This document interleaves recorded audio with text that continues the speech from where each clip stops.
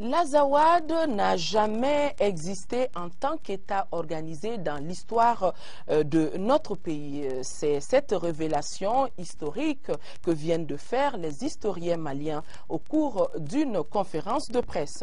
Par la même occasion, les historiens ont condamné la profanation des mausolées dans la ville sainte de Tombouctou. Compte rendu Mohamed Diarra. Les historiens maliens rompent le silence suite à la proclamation de la République de l'Azawad. Le Mali ne mérite pas le sort qu'il connaît aujourd'hui. C'est en ces termes que le professeur Bagari Kamia, non moins historien, a planté le décor de la conférence de presse.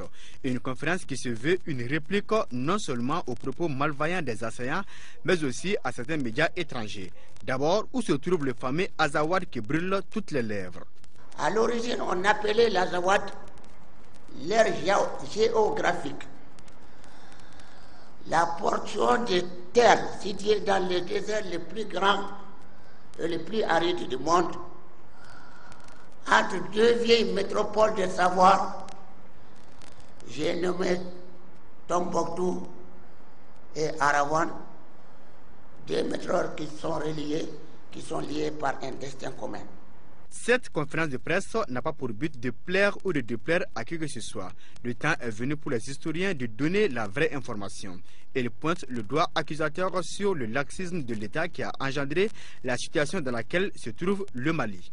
Nous ne devons pas oublier également que le Mali est devenu entre-temps un terrain de jeu et d'enjeu pour les puissances régionales et pour les puissances internationales. Nous devons en réalité veiller à préserver nos intérêts en suivant en réalité ou en développant des stratégies par rapport à chaque partenaire. S'agissant du peuplement de l'Azawad, il a été habité par les Marocains, les Français, les Toucouleurs, les Sonrai, les Bamana. Cela s'est passé bien avant les indépendances. L'Azawad a été également le théâtre de plusieurs affrontements après l'indépendance du Mali. Allusion est faite à la rébellion Touareg de 1963, le mouvement populaire de libération de l'Azawad en 1990.